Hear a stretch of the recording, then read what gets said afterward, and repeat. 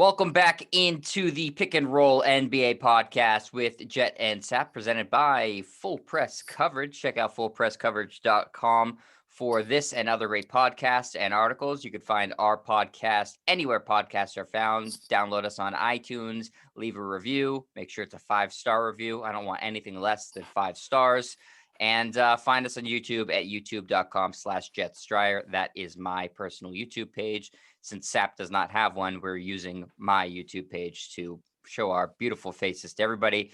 So, SAP, I hope you, along with everybody listening, had a good weekend. And so, any highlights before we get into the basketball? Of the weekend? Yeah, I turned 58 on Saturday, so I feel older. You did indeed. Happy birthday. Thank you. I'm now 58. I'm the world's oldest millennial. I am LeBron James' oldest fan. And I push back against older people than me on some of their basketball takes. And I even push back against young guys like you who act older than I do with your takes as well. But no, it was a great weekend. Enjoyed my 58th birthday, and hopefully we'll live another half of that. So if I get to 87, I'm hoping 58 more years. Why not? Well, that would get me to 116. That would be a miracle, a real miracle. Medical science is pretty good now, Sap. Yeah, the diet I'm on, I don't think that's going to last as far as getting to 116. Too much sodium, too many carbohydrates, not enough exercise. But maybe that's my own little secret to staying alive is just eating garbage and not getting enough exercise. Not married, no kids. So I think that lowers the stress level. So that's a good thing. So there's like a woman, I want to say it's in Ireland, maybe it's in China, someone who who says like drinking whiskey every day is what's kept her alive past like 105 years old. So I don't think that there's an exact science to it, Sap. No, you see these people that are 90 years old that drink black coffee and smoke cigarettes. What are you going to tell them at 90 to give up coffee and cigarettes? It's worked for them for 90 years. You remember all of the funny commercials. Maybe you're too young to remember this, but Georgia, which was part of the old Soviet Union, there was a certain part of it where people drank a lot of vodka and they lived into their hundreds. So there's all different ways to get there. I think that you're being kind when you're saying a certain part of Georgia being part of the Soviet Union. I'm assuming everywhere in Georgia they drank vodka. It was part of the Soviet Union after all, Sap. That is their national beverage. I don't think it was just a small pocket. No. It was the whole old former state. And they've been kind of engulfed by Russia. It's like in Massachusetts, there's a small place on the Cape where they just drink beer. It's like, well, everywhere here in Massachusetts they drink That's beer. True. Very, very true. Do you share your birthday with, I know, Al Pacino, right? Any famous athletes that you share your birthday with? Yes, Tim Duncan. Ooh, that's a good one. That's a good one. The 8th greatest basketball player in NBA history. Also someone who growing up I loved as a college quarterback by the name of Art Schlichter, who's much more famous now for being someone who spent many, many years in jail because he was quite the crook. He embezzled money, larceny, had a massive gambling problem. He was a high draft choice of the then Baltimore Colts in 1982. And within a couple of years, he was out of the league. He had a massive gambling problem. That's not somebody that you want to be happy sharing your birthday with. No, but while I was in high school, that was my favorite college football player, Art Schlichter. So I've done a better job of picking quarterbacks since, which would be Joe Montana to Aaron Rodgers with Tom Brady somewhere in the middle there, in between those guys. And certainly my basketball choices have been good, from Magic Johnson to LeBron James, with I don't know who between the end of Magic's career and the beginning of LeBron's career. I never had a player that was quite as great as those two, at least in my eyes. And I'm not going to just fall into the trap to say Michael Jordan was my favorite player in between that. That's too easy. Yeah, well, I mean, considering the other guys you've picked, it's not like that would be unusual for you. You're kind of a front runner. So I became one, absolutely. Yeah. Especially as I get older. It's LeBron, Aaron Rodgers. I still think Mario Lemieux is the greatest hockey player ever. I think Barry Bonds is the greatest baseball player ever. And I think Roger Federer is the greatest tennis player ever. So, yeah, I set a very, very high bar, and I like to debate all of that stuff. I'm just looking it up, Sap. Football players who share a birthday with Antonio Cromartie, who has about 25 children. Yes, I So may be one of his as well. Yeah. you have the same birthday as their father. Well, absolutely. So, I mean, imagine Saturday, we both had birthdays. I think his party was probably a lot bigger than mine and a lot more confusing at that Yeah, very point. Because it's confusing.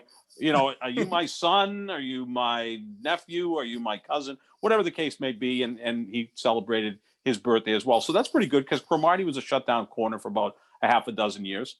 Yeah, he was a lot better defensively in football than he was defensively in lovemaking. Oh, good one, That Jet. makes sense. Good one, Thank Jet. you. Yes, Thank you. yes. Strong pun. He No was not in defense. favor. He was not in favor of prevent defense. That's for sure. No, did not believe in it. I don't think it was religious either. I think it was just No.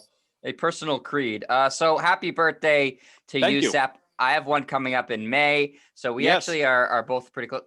Do you know what your sign is? I'm Taurus the Bull. I think you are as well, I right? am too. All right. Two Tauruses. Maybe we should change the name of the podcast to Two Bulls. Or just bullshit And podcast. just How's that sound? just focus on the Chicago Bulls. Yeah, exactly, without question. Yours is May 18th. 18th, right? Because my grandniece, who's going to turn 5, is May 16th. So I remember your birthdays being that close. So that's pretty cool. She's also a Taurus the Bull. Yeah, it's strong. It's a strong astrological sign, less of a strong basketball franchise in the past, 20 some odd years. Yeah, the only time the Bulls were really significant was with Michael Jordan. Before Michael Jordan, after Michael Jordan, even worse.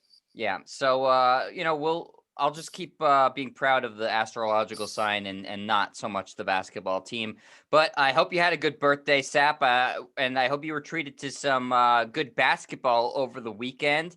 Your birthday, actually, there was a lot of Sunday games, a lot of action around the association. Unfortunately for me, the Celtics reverted back into the bad version of the team as they lost to the Hornets. This was their worst loss of the season, actually, Sap. 125-104. It was never close, just bludgeoned by the Hornets, which is just unacceptable considering no LaMelo Ball, no Gordon Hayward. The Celtics, no excuse to lose to a team like this. No, it was frustrating because it came on the heels of a disappointing loss on Friday in Brooklyn. So Thursday night at the Garden, you win a real ugly game over Phoenix, one of the best teams in basketball. You go to Brooklyn, you do a really good job against Kyrie Irving, but you still can't beat the Brooklyn Nets. And then you play Charlotte on a Sunday afternoon, and you don't even show up for that game. And I am so sick and tired of hearing from Mike Gorman or Brian Scalabrine or Abby Chin or whoever else that says, well, it's these, weekend afternoon games, matinee games. They just can't get into them. Well, you know what? They stayed in the same time zone. Last time I checked, Charlotte's in the Eastern time zone. Charlotte was also on the court at 1:20 on Sunday afternoon, so they had to deal with that as well. Be professionals. Just go out there and play. When you get to the playoffs, you may be playing in the 1:00 window on a Saturday or Sunday, especially the first round. Can you use that excuse? Come on, that's just. It's stupid. It's stupid. It's frustrating because, again, NBC Sports Boston may be the biggest mouthpiece in this city, running neck and neck with WEEI when it comes to the Red Sox. Give the sports some credit. They'll attack the three teams that they carry their games on, the Bruins, the Celtics, and the Patriots. They're not afraid to attack them at all. And yet here we have the group over at NBC Sports Boston, with the exception of Kendrick Perkins, who's not afraid to criticize the Celtics, coming up with all of these absolute ridiculous excuses. How about this one, Jet? The two games they lost, I just ran some numbers because, I like to run numbers. So let's take a look at the contributions or lack thereof of their kind of secondary players, their role players, right? Now, we're going to leave out Kemba Walker, Marcus Smart, Jason Tatum, Jaylen Brown, Tristan Thompson, the rest of the guys in those two games. 208 minutes played. Now, in a given game, there's 240 minutes. So 208 minutes, that's nearly a full game of all these backups and has-beens or never-weres contributing 208 minutes. They went 12 of 47 from the floor. That's 26%. 8 of 26 on threes, 31%. They actually shot better from 3 than 2. 40 points in a combined 208 minutes, 38 rebounds and 17 assists. They're getting nothing from these players, and yet they have to play them because, Kemba can't go back-to-back, and Jason Tatum and Jaylen Brown need some days off, and it's just frustrating. And again, we do like to bash Brad Stevens here. but this is Danny Ainge's fault. Roster construction is the job of the general manager. He has failed miserably this year, and you can see it every time we got to watch Grant Williams, Romeo Langford, whoever else out there just sucking, and that's the case right now with the Celtics. Yeah, their bench is horrible, and there's no way around it. I mean, it's terrible. There's just a severe lack of talent on the bench. It's not even like you can say, "Oh, I feel pretty good about the upside of this guy." I feel decent about the upside of Peyton Pritchard, and I feel decent about the upside of Aaron Nesmith, maybe. But man, it's just really just devoid of talent, Sap. And yeah, of course, that's on Danny Ainge's job is to put together the team. I got into an argument with Mark D'Amico, excuse me, over the weekend. He works for the Celtics. He's their in-house analyst, according to, that's what his Twitter bio says. Basically, he's their PR person. He's like the press secretary for the president. He's not going to say anything bad about the president. And so he was saying, he's Jen Psaki at the White House. Right. So people were criticizing Grant Williams, which he's my favorite person to criticize on the Celtics because the amount of minutes he plays is like a slap in the face to anybody who understands what putting together a good product on the basketball court would be. And so D'Amico was saying, again, this is a guy who works for the Celtics, saying, Danny Ainge has hit on these draft picks. People have a short memory, and he cited Grant Williams as a successful draft pick. And I wrote back, I was like, people were saying, "Are you crazy?" And I was saying to people, you can't take what this guy's saying seriously. He gets paid by the Celtics. They're writing his checks. He can't be objective. And he took issue with that, saying, I wouldn't say it if I wasn't being objective. I said, listen, I respect, that I wouldn't do it if I worked for the Celtics either. I'm not going to jeopardize my paycheck and a good job working for the team by bashing players I have to see every day. But let's be honest, that's the situation. You're paid by the team. You're not going to rip on a guy who he's just not a good player. Specifically, Sap, and talking about Grant Williams, I was looking at the advanced numbers. You like numbers. I like numbers too. And in all those advanced numbers, value over player replacement, VORP, is essentially the basketball equivalent of WAR. Mm-hmm. Or some people like to use their player efficiency rating. VORP is a little bit more entailed. He's a negative value over player replacement. So that means he's worse than the average player at that position who's playing his type of minutes. He's a negative plus minus offensively. He's a negative plus minus defensively.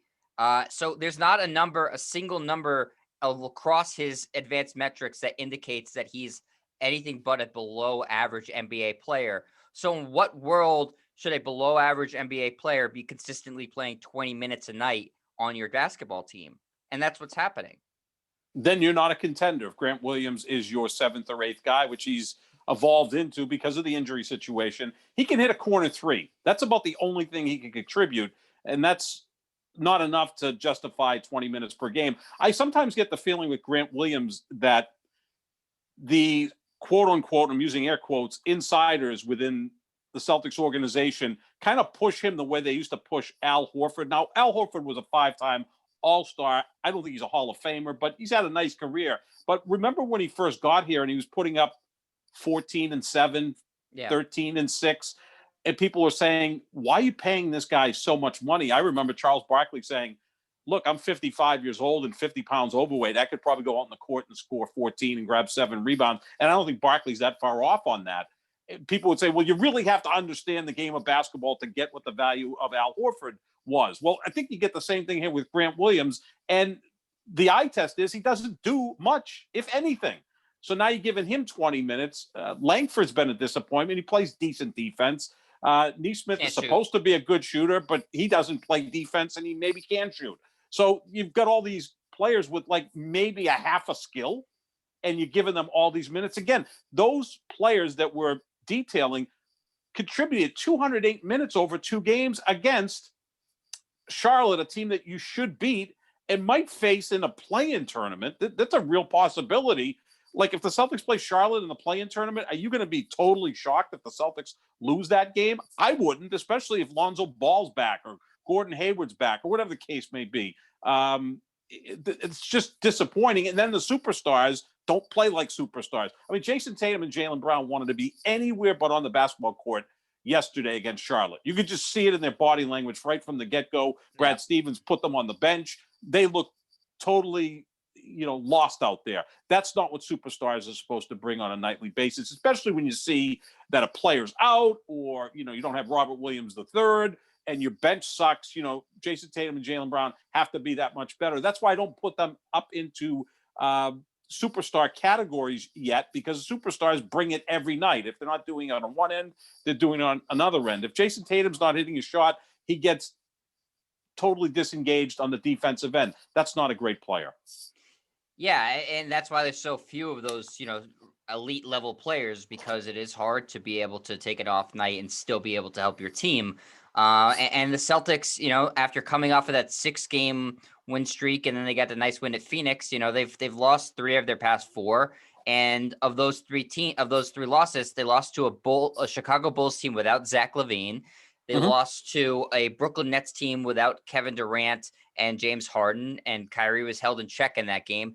And you lost to a Charlotte Hornets team without Gordon Hayward and LaMelo Ball. Those are 3 bad losses. I don't care, where they are in the standings right now. Those teams are all depleted from injuries, and you had Kemba Walker, Jaylen Brown, Jason Tatum yesterday against Charlotte, and you weren't able to beat it. I don't care that you didn't have Robert Williams. That shouldn't have made a difference. You should beat that Hornets team. You especially should be a lot closer than getting blown out by 20 points to that Hornets team. The start time is irrelevant.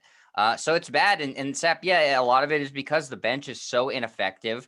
They have no depth, and they can't rely on Tatum and Brown to consistently carry them, because they're either not capable, or they're not at that point in their careers yet where they're able to do that. And we know what the deal is with Kemba Walker. Some nights he's going to look like an all-star. Some nights he's going to look like he's completely shot. That's going to continue to be the trend with Kemba going forward. So you can't count on him either. It's frustrating to see them revert back to, you thought, okay, maybe they figured it out with this win streak. They got some nice wins on the road, but then they've reverted back and losing in 3 of these past 4 to playing that same bad basketball they were before. And I don't know if this is on Brad Stevens. I kind of think it is one way or the other. They never run off of missed baskets, and it's incredibly frustrating, because this team should kill teams in transition. I think it was the Nets game in transition. They got outscored fast break points 52-0. That, I don't even know how that's possible. You score. I don't know if it's worse to give up 52 points in transition or to score 0 points in transition. That it's like mind boggling. So either Brad Stevens isn't telling them run after misses, which every team should do, especially an athletic young team like the Celtics, or they're just not listening to him do that. Either way, it's not good. It doesn't speak well of Brad Stevens, because they're tuning him out, or he's not saying the right thing. And it doesn't have to result in a layup. You can run into your offense, set a quick screen, an aggressive screen, and next thing you know, you've got an uncontested 3. Teams do that now in the NBA. This isn't 1987, where the Lakers would take the ball off the backboard, give it to Magic Johnson, and it was a 3-on-2 with James Worthy and Byron Scott, and it was a track meet at that point. It doesn't always have to be that way in the NBA, because you can destroy a team with uncontested 3s. Jet, just look at the middle of the Eastern Conference right now. We know that Brooklyn, Philadelphia, and Milwaukee are the top 3 teams in the East. Right now, the Knicks and Atlanta tied for 4th. The Celtics and Miami tied for 6th, the 2 games behind. And then you've got Charlotte, which is a game and a half behind the Celtics, and Indiana, which is another game back, and then another game back to Washington. So it's pretty crowded there in the middle of the Eastern Conference. There's a good chance the Celtics have to play in the play-in tournament, because right now I have more confidence in the Knicks and Atlanta playing better. I have more confidence in Miami continuing to play somewhat better, because they have, I think, better culture there in Miami. And if they can get healthy, I think they're a slightly better team than the Celtics. And look at Washington. They've won 9 out of 10. So, I mean, the Celtics, even if they're the 7 seed going into that play-in tournament, would you feel confident with the Celtics playing Washington in a No. 7-8 matchup? I wouldn't, because I'll tell you what, the one thing I'll count on in that game is Russell Westbrook's going to bring it. He may shoot 5 for 24, but he'll go get 15 rebounds, get 10 assists, and bust his ass out there. He's not going to lollygag out there like Jason Tatum and Jaylen Brown did yesterday. I'll guarantee you that. No, the only team I'd feel good, optimistic about them beating is, well, it depends what the situation is with injuries with Charlotte, but Indiana, I feel like the Celtics would be able to take Indiana.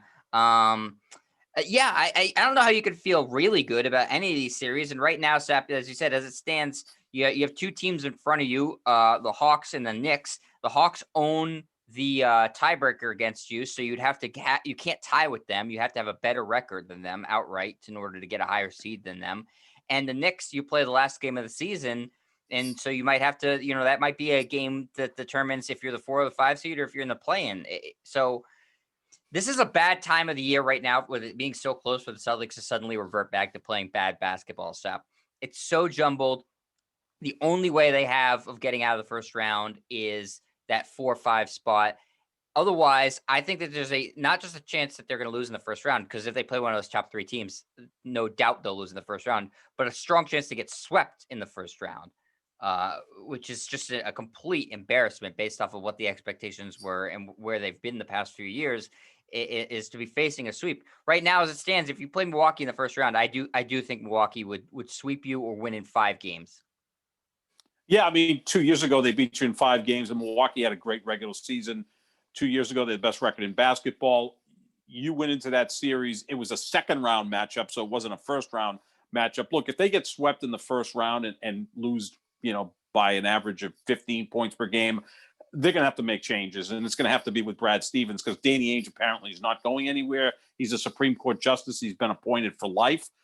They'll have to move on from Brad Stevens, eat that contract, and Stevens probably gets another job in the NBA or takes a year off, reinvents himself, looks at what takes place in college basketball next year. But could you imagine going down to the last regular season game and you're playing the Knicks to maybe be the 5 seed or even the 6 seed? That's kind of disappointing for a team that made it to the conference finals a year ago. You did lose Gordon Hayward, but you would expect Tatum and Brown to continue to grow. You added Tristan Thompson, who actually has been one of their more consistent players the last couple of weeks. It's incredibly disappointing, because this team, it teases you. They go out in a winning streak and look really good, and then they come back and lose to the Bulls in Charlotte. I mean, you could justify them losing to Brooklyn, because Brooklyn is that good. Even though they didn't have Harden or Durant and Kyrie Irving was shut down, they do have some other weapons, but this is incredibly frustrating. In keeping with our previous podcast with the Oscar theme, for the Celtics, this was the lost weekend, which was 1945's Best Picture, directed by Billy Wilder, starring Ray Milland. Wilder and Ray Milland also won Oscars. The lost weekend for the Celtics, because Friday against Brooklyn, disappointing. Sunday against Charlotte, maddening that you can't beat a team that has 2 of their top 3 players out. And it was also kind of a lost weekend for my team, the Los Angeles Lakers. Got swept by Dallas Thursday and Saturday. But at least with the Lakers, they won a championship a year ago. Now you got Anthony Davis coming back, and LeBron should be back in a week. So they should be in good shape heading to the postseason. I do worry about them falling into that play-in, which I don't want to see them there. And I also worry about them falling into number 6, which could be a first-round series against the Clippers, which is the team I fear the most in the Western Conference. But not a good weekend for either of our teams, Jets. No, so you're saying, for the Celtics, you're going with a movie reference, The Lost Weekend. I'll go with a theater reference for the Lakers, Much Ado About Nothing. They'll be fine. I've said this to you for months now. I have no doubt that the Lakers will peak in the playoffs and be absolutely fine. I think everything you're seeing here is Much Ado About Nothing. The injuries, the way they're playing right now. Once LeBron and AD are on the court and it's a meaningful game, the way they play, the way they execute will be different. They're just a completely different team. So listen, this is what the team looks like when LeBron's out, and we saw what the team looks like when both those guys are out. When LeBron's in, it's a championship level team, and when LeBron's not, it's a mediocre to bad team. So I don't think that it's a big deal. I really don't. When you've won a title already and you've gotten over that hump, regardless of whether there is in a bubble or not, LeBron's won plenty. He knows how to win. He knows how to turn it off and how to turn it on when it matters. And he should be 100% for the playoffs. AD should be 100% for the playoffs. And that should scare the crap out of every team in the Western Conference. I don't care how the rest of the players are playing. If those 2 guys are on their A game, they're going to be an extremely difficult out. So I don't think it's a big deal. The Celtics thing worries me a lot more than the Lakers thing. At least the Lakers play defense, right, on a pretty consistent basis. They're still the number 1 ranked defensive team in the league. And that's even without LeBron James and Anthony Davis, 2 elite defenders. To support your point, Jet, LeBron's played 41 games this year, The Lakers are 28-13. That's 68% winning percentage when he plays. They're 7-12, 36% winning percentage when he doesn't play. That's why he's always in the discussion for MVP. He even got MVP votes 2 years ago when the Lakers didn't even make the playoffs, because by definition, MVP, he's always in contention, because when he's on the floor, they're a title contender. When he's not, they're not very good. Yeah, he's even the best with player Anthony in the league. Davis. Yeah, for a reason. And he elevates those around him. So, yeah, I'm not as worried as I sound about the Lakers, but if they end up number 6 and have to play the Clippers in the first round, that's going to be a brawl. And then maybe Phoenix in the second round. I think they could take care of Phoenix, because Phoenix has had a great regular season, but I still don't trust them in the postseason. They're probably one player short from really making a concerted effort to a championship. And then you're playing maybe Denver or Utah in the conference finals. I feel good about that. I just want to stay away from the Clippers as long as I can, because that team does scare me. And part of the reason is because of Rajon Rondo, who we know what he brings in the postseason. That's not a myth. That's true, what Rondo brings to the postseason. And he's elevated that team since he was acquired at the trade deadline. So I do think the two best teams in the Western Conference in the end will be the Lakers and the Clippers. I just hope they don't meet in the first round. That would be a bit premature. Anything else that stuck out to you this weekend in terms of results, Sep? Not really. Other than Steph Curry put on another show. He had one game where he was off, and then he came back with 2 more ridiculous games where he's, tied James Harden or broke the record for most threes made in a calendar month. I mean, he's playing at an incredibly high level. I still think he's just on the outside looking in of the MVP race. I still can't fathom how people are throwing everybody's name out there except Nikola Jokic for some reason. It's like, well, it's Joel Embiid, and my God, Julius Randle deserves some, love for the MVP, or Steph Curry. It's like, it's Jokic. It's not. He's still going to win it. Jokic is still going to win. It should be pretty much. I wouldn't say unanimous. That's not going to happen, because Steph's the only guy that's ever done it. He's like under the radar with fans, right? With the Twitter. Yeah, because he also, what? Does he even have a Twitter page? Does he have a Twitter account? I don't even think he does. I mean, he's like something out of like another era, like this big skilled guy who looks to be out of shape, right? I mean, like there's no, Dwight Howard looks like a superhero. Nikola Jokic looks like, an oversized accountant. A plumber, yeah, just like a kind of sloppy-looking tall plumber, which, would be tough for him to get underneath the sink. But he doesn't have the athletic skills that you look for, although he does. I mean, he's very smooth on his feet. I mean, if you're 7 feet tall and you do everything he does, you have athleticism. He's a great passer, phenomenal rebounder, can shoot threes. They've continued to win since Murray's gone down. Absolutely. And they won before, his injury while he was out with something else. So, no, it's Jokic. And I'm like, every day I hear, well, Embiid's in contention. Yeah, he is, but he's not going to win it.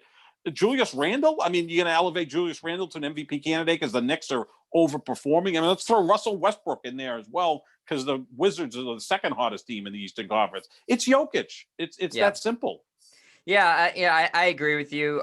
Do you read anything into the Bucks plastering the Sixers twice? I know in one of those games, no Ben Simmons, and the other one, no Simmons or Embiid. Right. I think the Sixers are making a mistake right now, being cautious with Embiid and Simmons, in that I think they really need that 1 seed. I just think that Brooklyn as a 1 seed is just giving them any extra advantage is just so dangerous. And Philadelphia, we know how good they are at home, and they're kind of mediocre on the road. And there should be even more fans in attendance come postseason time. I think Philly taking their foot off the gas here has been a massive, massive mistake.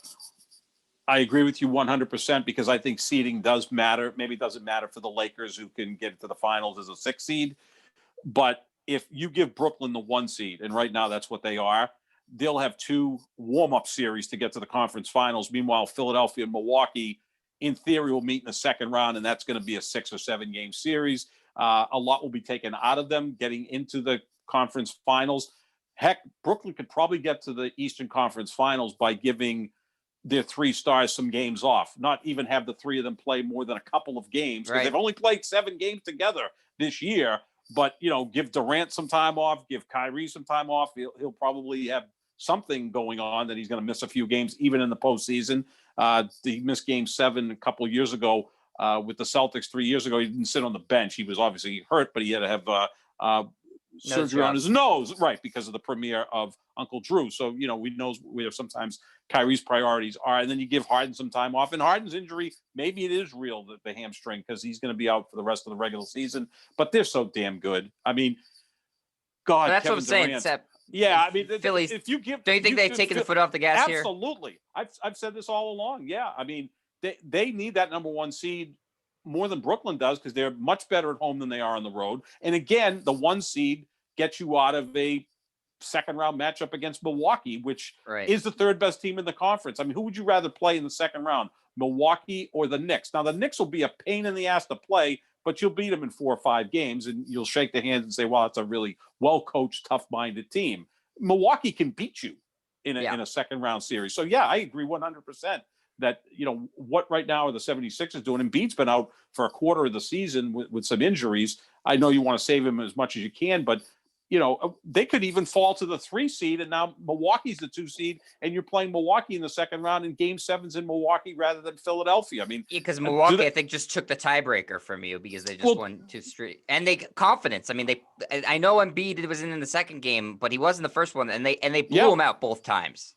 They did. They manhandled them, and that's your team in the East. I know you like Milwaukee. You're much higher on them than I am. I'm high on Philadelphia. In the end, we're both feeling that Brooklyn is going to win the East because they're so good. But does Philadelphia not remember what happened 2 years ago in the second round? They lost Game 7 to Toronto in Toronto on Kawhi's, triple doink shot from the corner. If he had missed that, they would have went to overtime. So does Philly not remember that? I mean, that's why I think seeding matters and home court advantage matters in the postseason. Even without fans in the stands, I think it is somewhat important. And I think tomorrow we're going to talk more on our podcast about looking at where it is right now and talking about how important it is to each team. Some teams it matters more than it does to others. And I think in the Eastern Conference, it matters a lot. So we'll save some of that and we'll talk about it tomorrow.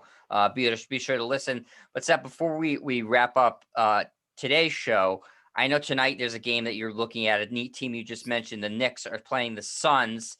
Suns have struggled a little bit on this East Coast road trip, but this features probably the 2 favorites for Coach of the Year, right? Monty Williams, Tom Thibodeau. Absolutely, yeah. These are going to be the top 2 vote getters. The Knicks have been a clusterfuck for the last 20 years, and here's Tom Thibodeau, who's taken some spare parts and disappointing veterans and put it together. And right now they're tied for the 4 seed with Atlanta, and they're going to be a tough out in the postseason because they play defense and they play hard. So Thibodeau's right there. Monty Williams, to me, yes, they added Chris Paul in the offseason. They ended last season in the bubble going 8-0 in the bubble, but still didn't qualify for the postseason. So you expected Phoenix to get better this year, but did you expect Phoenix to contend for the best record in basketball? I know no. I didn't. I'm going to give you my 5 leading candidates and see what you think of this. Number 5, you were probably going to disconnect me at some point when I do this. I think it's Steve Nash of the Brooklyn Nets. Now, they're 41-20, and I just want to run this number by you because this proves that I think Nash has done a decent job. Again, he's managing all these massive egos. I mean, before the season even started, Kyrie Irving says we don't really need a coach. Yeah. But Steve Nash has persevered here. Do you realize that the Brooklyn Nets, their top 3 players, Durant, Harden, and Kyrie Irving, have missed a total of 64 of a possible – I have to take my glasses off here, Jet. The big 3 missed 64 of a possible 168 games, right? So Durant's been out for more than half the season. Harden wasn't there for the first month, and now he's out, and Kyrie's in and out of the lineup. So they've missed 64 of a possible 168 games, the big 3, and yet they have the best record in the East. So I give Steve Nash at number 5.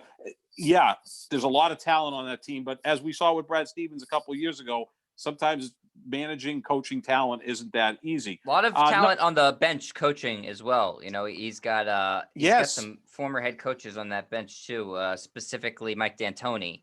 Yep, exactly. And I think he's giving them a lot of responsibility, which is what a good head coach should do. He doesn't have to be an authoritarian. He can have D'Antoni do his thing, his other assistants do their Good thing. For Steve Nash. Well, I put him at number 5. Number 4, this is Nate McMillan of the Atlanta Hawks. I have him there too. Yeah, I mean, Atlanta was 14-20 on the outside looking in on March 1st. They fired their coach and brought in Nate McMillan. Since March 1st, Jet, 20-7, the second best record in basketball since March 1st. That's a nearly 2-month period of time. They didn't go out and acquire anybody. In fact, at the trade deadline, they did trade Rondo for Lou Williams, which I think in the short run will help them because Williams actually plays in the regular season. Rondo kind of takes his time in the regular season and shows up for the postseason. So I have Nate McMillan at number 4.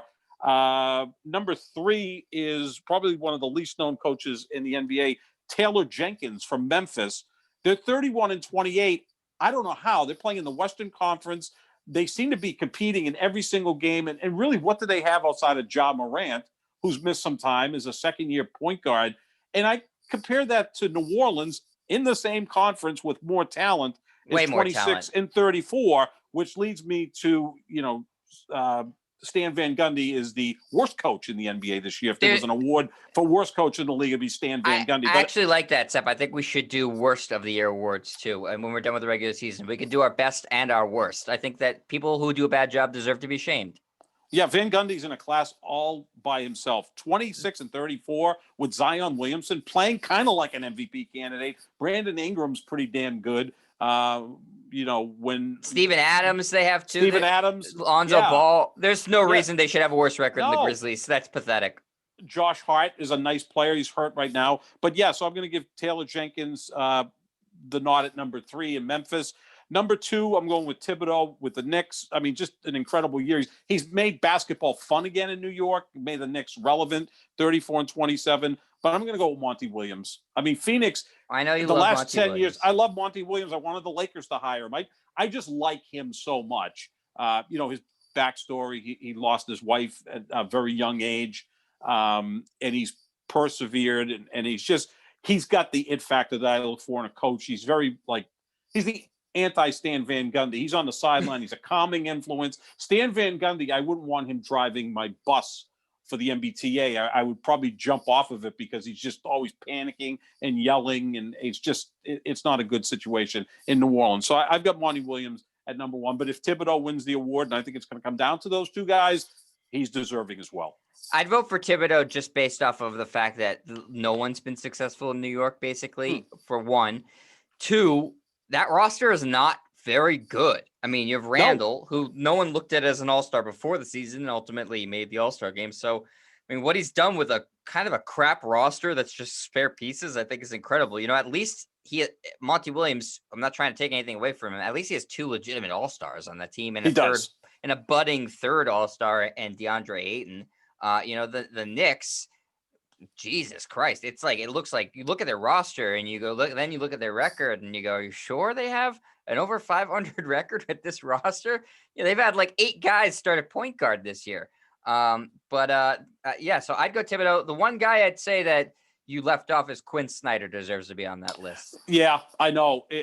That's a great point, Jet. And maybe I should have put him there instead of Steve Nash, since he has a better record than Steve Nash and he plays in the tougher conference, and he doesn't have Kevin Durant, Kyrie Irving, and James Harden. He's got Donovan Mitchell and Rudy Gobert, and pretty damn good team as well. He does deserve more praise than I've given him. I just think that Nash never coached before, and he's thrown into a situation with all this talent. So that's appealing, right? As a coach, like, wow, I've got Kevin Durant, Kyrie Irving, and James Harden, but you'd better be somewhat of a psychiatrist or a psychologist to deal with that roster. And I think he's done a pretty good job. He's kind of kept things under control. But no, Quinn Snyder is deserving. I think the guy that's done probably a better job than anyone, Nate McMillan. I mean, you come into a situation. He's been awesome. 14-20, and then you're 20-7 since he took over. I mean, you don't generally turn things around in the NBA that easily, and he's done it. What does it say more about Nate McMillan as a good coach or Lloyd Pierce as a bad coach? I think it says a lot about Nate McMillan. I mean, again, Atlanta, they're kind of finding themselves.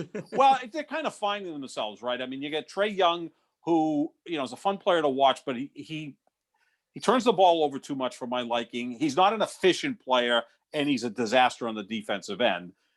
John Collins is a nice player, but you kept hearing about how he was going to get traded at the trade deadline. Nate McMillan handled that, because anytime you've got players that are expecting to be traded, there's a lot to handle there for a head coach.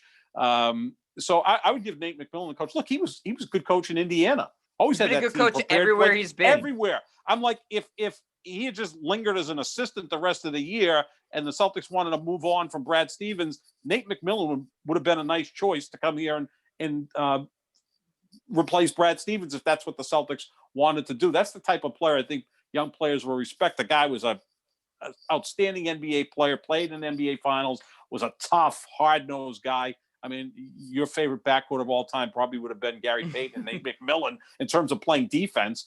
So good for Nate McMillan. It's good when coaches get second and third chances. They prove that they can coach. The issue with Nate McMillan has come in the playoffs. His teams haven't performed well in the playoffs, but he's been an excellent coach. He did a really good job in Indiana. I thought he did an excellent job in Portland for years. He was decent in Seattle. He has a career .529 winning percentage. That's pretty good. He's a good coach, and he can relate. Former point guard, which those end up being really good coaches. I think he can relate to the players because he was like a borderline all-star guy, not really a star player. So he relates to a large swath of players. He's done a phenomenal job, and Atlanta has, like you said, been playing since he took over really, really good basketball. So yeah, he'll get votes. He deserves votes. But I would vote for Thibodeau and then Monty Williams.